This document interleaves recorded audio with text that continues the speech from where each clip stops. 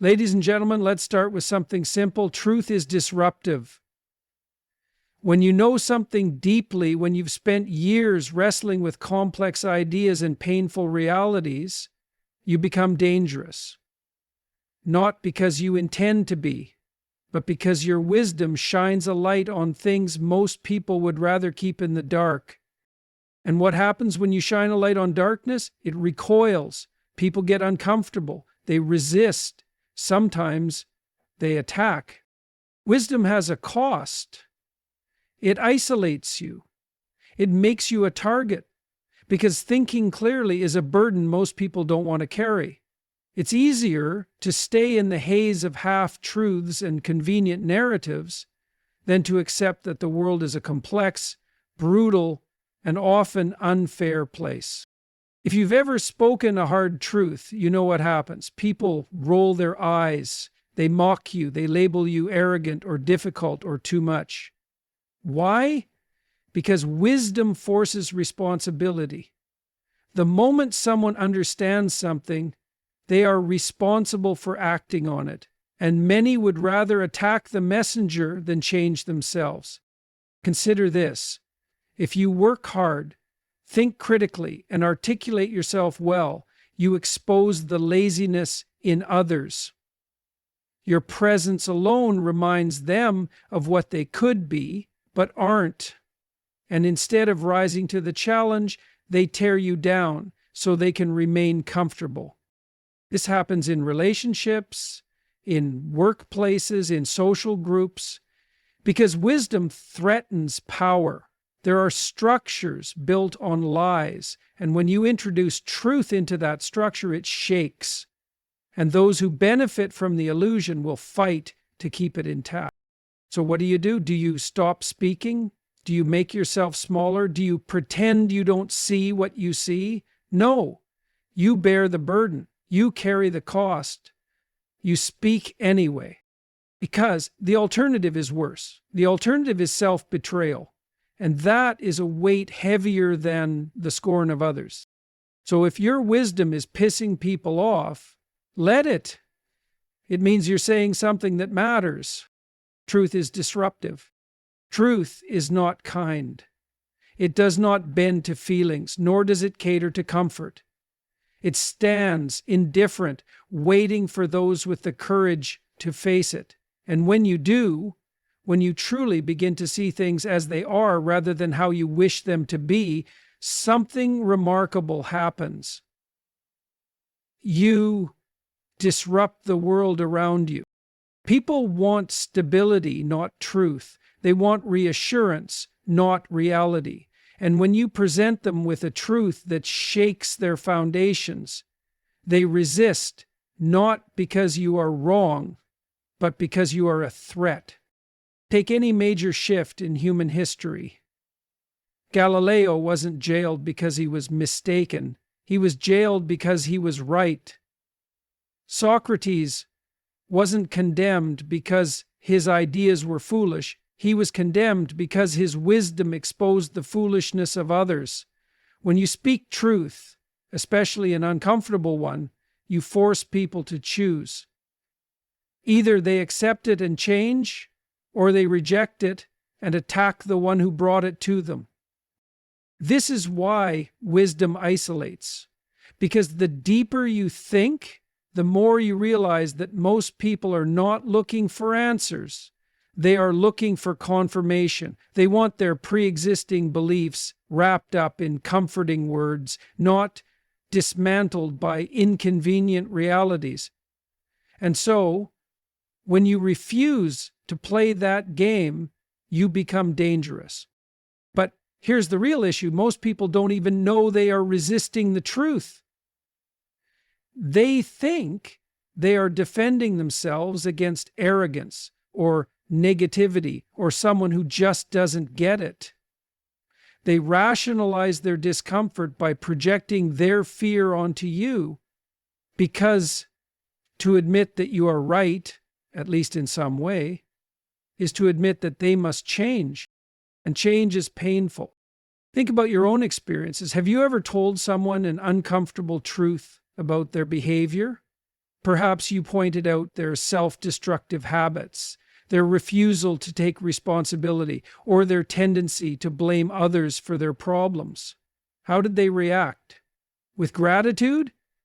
Probably not. More often they became defensive, dismissive, maybe even hostile. This is human nature. People protect their beliefs like they protect their homes. A new idea, a new truth is like an intruder, and most will fight to keep it out rather than invite it in. Because once it enters, they have to rearrange everything inside to accommodate it. But here's the paradox. Despite all of this resistance, people need truth. Deep down, even the most defensive person craves clarity. They might not like it at first, but truth plants seeds. A rejected truth today may become an accepted truth years from now. Your words, no matter how unpopular in the moment, have the power to break illusions.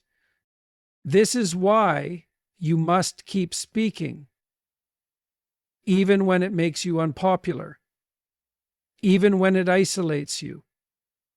Because truth, real, unfiltered, uncomfortable truth, is the only thing that leads to genuine growth. And while people may resist it in the moment, in the long run, it is the only thing that sets them free. So let them be angry. Let them call you arrogant, dismissive, or too blunt. If the price of truth is pissing people off, it is a small price to pay, because the alternative, silence, self-betrayal, and the slow decay of wisdom, is far worse. The price of thinking clearly. Thinking clearly is not a luxury, it's a burden, a heavy one. And the moment you start to see the world as it really is, you realize something unsettling. Most people don't want clarity. They want simplicity, certainty, and narratives that protect them from reality. But reality is not simple. It is complex, uncomfortable, and often cruel. And when you commit yourself to seeing it clearly, to stripping away illusions, biases, and wishful thinking, you alienate yourself from those who prefer to remain in the fog. This is the price of thinking clearly: loneliness, resistance, and most of all, responsibility. Clarity forces responsibility. Most people don't think critically because it forces them to take responsibility for their lives. If you see the truth, you can no longer hide behind excuses. You can't blame the system, your upbringing, or bad luck for everything. You are forced to confront the fact that your actions, your choices, and your mindset play a major role in where you are. And this is terrifying for a lot of people. Because if they accept this truth, they have to change. They have to stop making excuses. They have to put in effort, face discomfort, and take ownership of their failures. And that is far harder than simply staying in denial. So instead of embracing wisdom, many reject it. And worse, they resent those who force them to see it. Clear thinking exposes weaknesses. When you speak with clarity, you expose contradictions, not only in the world, but in people themselves. You reveal where their logic is flawed, where their beliefs don't hold up, and where their actions don't align with their words. And they hate you for it, because no one wants to be shown their own hypocrisy. No one enjoys being forced to admit that they have been wrong. And instead of wrestling with that discomfort, many will attack you instead. They will label you arrogant or negative or too intense just to dismiss you. But their anger does not mean you are wrong. It means you have struck a nerve. And that is exactly why you must keep thinking, keep questioning, and keep speaking, even when it makes you unpopular. Comfort is addictive. The real enemy of clear thinking is not ignorance, it's comfort. People crave comfort more than they crave truth. They want their beliefs to remain unchallenged because it makes life easier.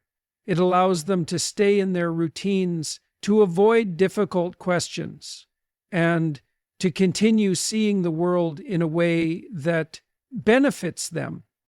This is why people reject wisdom, even when it's in their best interest. They would rather feel good than be right. They would rather be certain in a lie than uncertain in the truth. And the moment you challenge that, whether it's by pointing out logical inconsistencies, questioning societal norms, or refusing to accept surface-level explanations, you become a threat to their comfort. You will be resisted. But that's a good sign. So what happens when you insist on thinking clearly? You become an outsider. People misunderstand you. They roll their eyes at you. They accuse you of being cynical, difficult, or combative. But that's a good sign. It means you are seeing things they cannot or will not see. Because here's the truth: the most valuable ideas, the most profound insights, have always been unpopular at first. Every major shift in human understanding was met with resistance. Every great thinker, every revolutionary mind was dismissed before they were celebrated. So if you find yourself standing alone in your clarity, if you feel the weight of isolation, remember this: the burden of thinking clearly is real, but so is its power. Because in a world full of noise, confusion, and deception, those who see clearly are the only ones who can truly lead. Comfort versus growth. People say they want to grow, but most of them don't mean it. What they actually want is to feel like they're growing without experiencing the pain that comes with it. They want the benefits of wisdom, strength, and success without the discomfort of transformation. And when you refuse to play along, when you embrace real growth and force others to confront their stagnation, they resent you for it. Growth and comfort are enemies. You cannot have both. And yet most people spend their entire lives trying to hold on to their comfort, while convincing themselves they are making progress. They read self-help books but never apply what they learn. They set goals but refuse to make sacrifices. They talk about change but avoid the hard truths required to make it happen. This is why when you truly commit to growth, you piss people off. Growth requires discomfort. Every meaningful change in life comes with pain. That's not a metaphor, it's a reality. If you want to build muscle, you have to tear the fibers apart first. If you want to become mentally stronger, you have to endure hardship. If you want to develop wisdom, you have to question everything you once believed and accept that you were wrong about many things. And this is why most people never grow.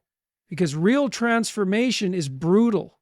It requires self-confrontation, the willingness to endure failure, and the ability to let go of comfortable illusions. And that's terrifying. But the moment you accept this truth, when you willingly step into discomfort, you separate yourself from the majority. And they don't like that. Your growth highlights their stagnation. When you start changing, when you develop discipline, when you stop making excuses and start improving yourself, you unknowingly become a mirror for those around you. Your progress forces people to see their lack of it. Your commitment highlights their laziness. Your results expose their excuses. And instead of using that as motivation to improve, many will try to tear you down. They will say you've changed, as if that's a bad thing. They will call you arrogant or obsessed because it's easier than admitting they are avoiding their own potential. This is why people sabotage those who are growing. It's not about you. It's about them. Your transformation threatens the comfortable stories they tell themselves. The comfort trap. The real tragedy is that comfort is an illusion. It doesn't keep you safe, it keeps you weak. Comfort dulls your instincts, it makes you complacent, it robs you of your potential, and worst of all, it tricks you into believing you have time, that you can stay the same today and change tomorrow.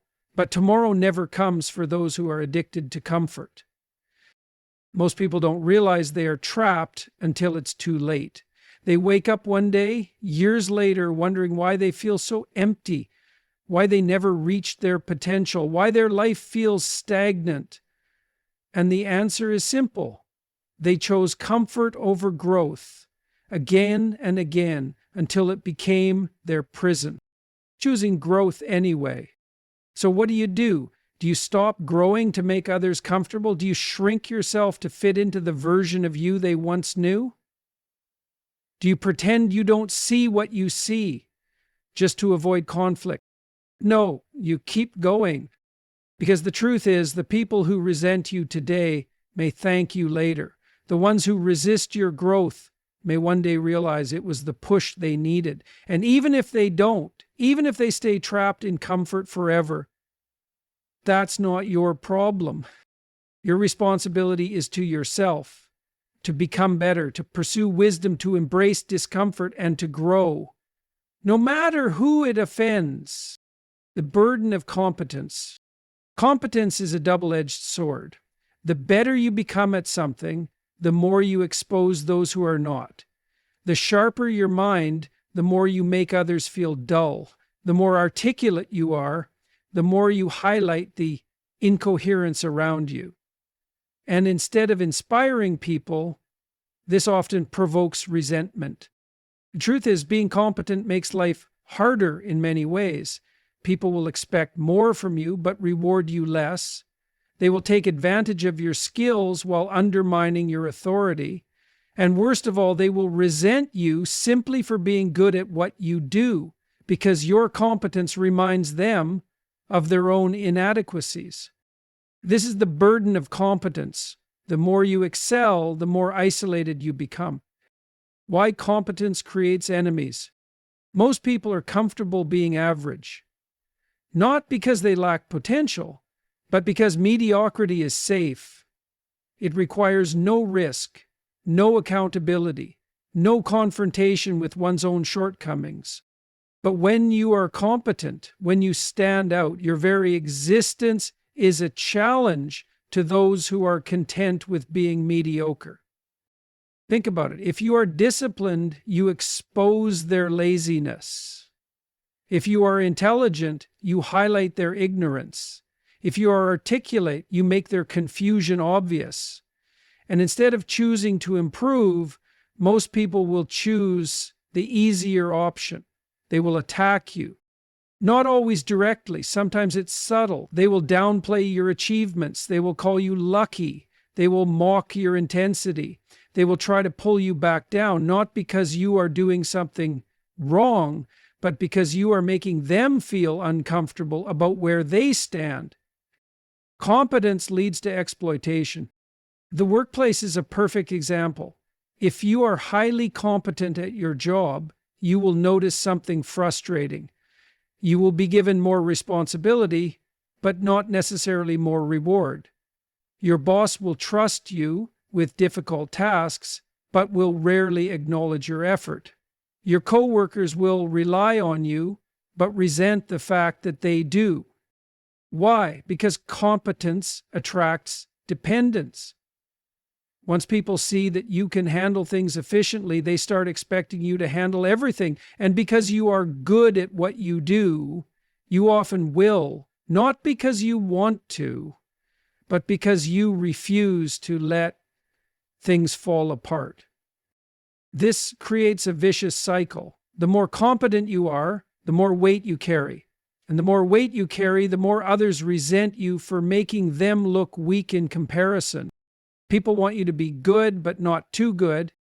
There is an unspoken rule in social dynamics. People are comfortable with you being better, but only by a little. If you improve yourself slightly, they will celebrate you. If you improve yourself significantly, They will resist you. Why? Because a slight improvement makes them feel like they can keep up, but a massive improvement forces them to confront their own lack of effort. This is why highly competent individuals often find themselves excluded. They are not rejected for failing, they are rejected for succeeding too much. So what should you do? The temptation, of course, is to downplay your abilities, to hold back, to make yourself smaller so that others feel more comfortable. But that is a betrayal of your potential. The world does not need more mediocrity. It needs more competence. And the burden of competence, though heavy, is worth carrying because while it may isolate you, it also makes you invaluable. It gives you control over your own life. It allows you to lead rather than be led. So let them resent you. Let them misunderstand you. Keep sharpening your mind, your skills, and your character. Because in the end, the burden of competence is nothing compared to the regret of never becoming who you were meant to be. Wisdom challenges power. Wisdom is not neutral. It disrupts, it challenges, it forces change. And those who hold power, whether in government, workplaces, social groups, or even personal relationships, rarely appreciate it. Why? Because power thrives on stability, on unchallenged assumptions, on predictable systems where people play their roles without question. Wisdom disrupts that. It sees through deception, exposes hypocrisy, and demands accountability. And those who benefit from the status quo will fight to protect it. This is why wise people often find themselves at odds with the world, not because they seek conflict, but because their very existence, what they see, what they know, what they refuse to ignore, threatens those who prefer things to remain unchanged. Wisdom threatens the illusions of power.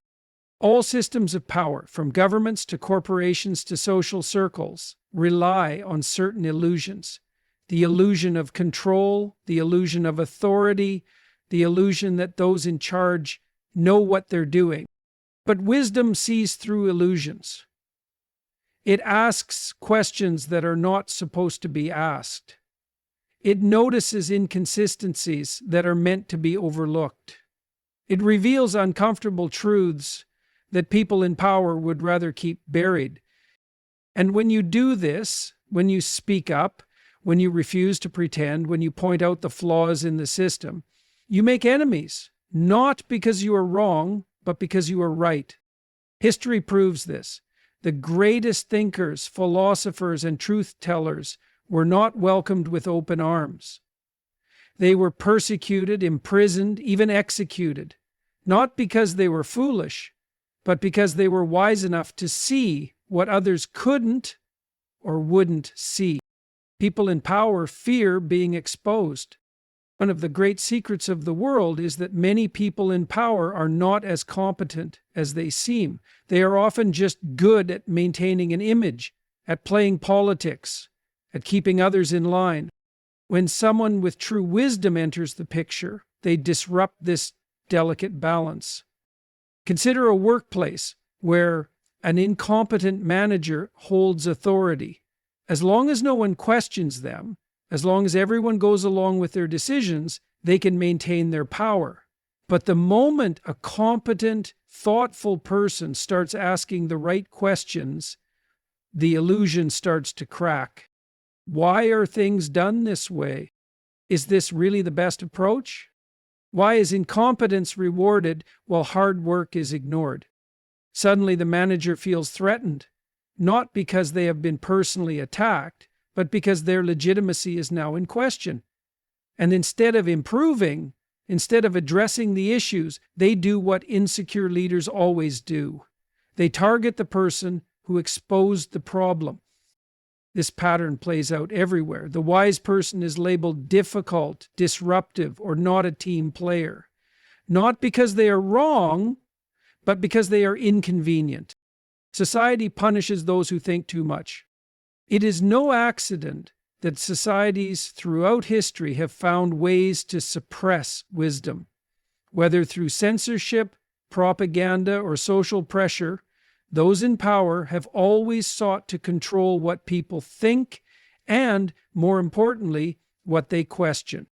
Because the moment people start thinking for themselves, the moment they develop true wisdom, they become harder to manipulate. They stop believing in empty promises. They stop obeying out of blind loyalty. They start demanding real accountability. And that is dangerous to any system that relies on ignorance to function. This is why wise individuals are often outsiders. They don't fit neatly into political tribes because they see flaws on all sides. They don't blindly follow cultural trends because they understand the deeper forces at play. They don't accept narratives without questioning them because they have trained themselves to think critically. And for that, they are punished. If they challenge the mainstream, they are labeled a radical. If they question authority, they are seen as troublemakers. If they refuse to conform, they are treated as arrogant or difficult. Because it is easier to silence a wise person than to engage with what they are saying. Even in personal relationships, wisdom can be dangerous.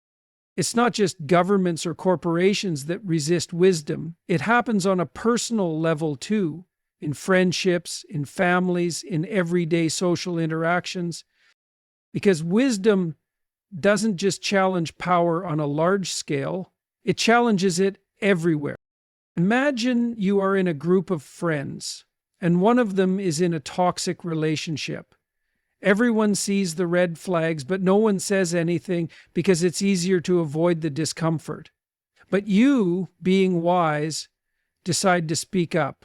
You tell them the truth, gently but firmly. What happens? Instead of thanking you, they get defensive. They accuse you of being judgmental. They distance themselves from you, not because you were wrong, but because you forced them to confront something painful. Or imagine you are in a family where unhealthy patterns exist, generational cycles of dysfunction, unspoken resentments, avoidance of difficult truths. You decide to break the pattern. You point out what no one wants to admit. You try to bring real change, and suddenly you are the villain. You are the problem in the family. You are the one making things difficult. Why? Because wisdom forces responsibility. And most people, even in their personal lives, would rather avoid that burden, the cost and the reward of wisdom. So what do? Do you stop thinking deeply? Do you keep your wisdom to yourself? Do you conform, play along, and pretend you don't see what you see? Many do, and who could blame them? It is easier after all. Life is simpler when you don't challenge anything, when you keep your thoughts to yourself, when you let people believe what they want to believe. But the cost of silence is self-betrayal. Because once you see the truth, you cannot unsee it. Once you understand something deeply, you cannot pretend you don't. And if you deny your own wisdom just to fit in, you are not protecting yourself. You are weakening yourself. Yes, wisdom will make you unpopular. It will put you at odds with people in power. It will make you an outlier in many spaces. But it will also make you strong. It will give you clarity. It will allow you to live in alignment with reality rather than illusion. And while that is a heavier path, it is also a freer one. Speak anyway. If your wisdom is pissing people off, let it. It means you are saying something that matters. It means you are seeing something that others refuse to see. And while it may isolate you in the short term, in the long run, wisdom is the only thing that truly changes the world.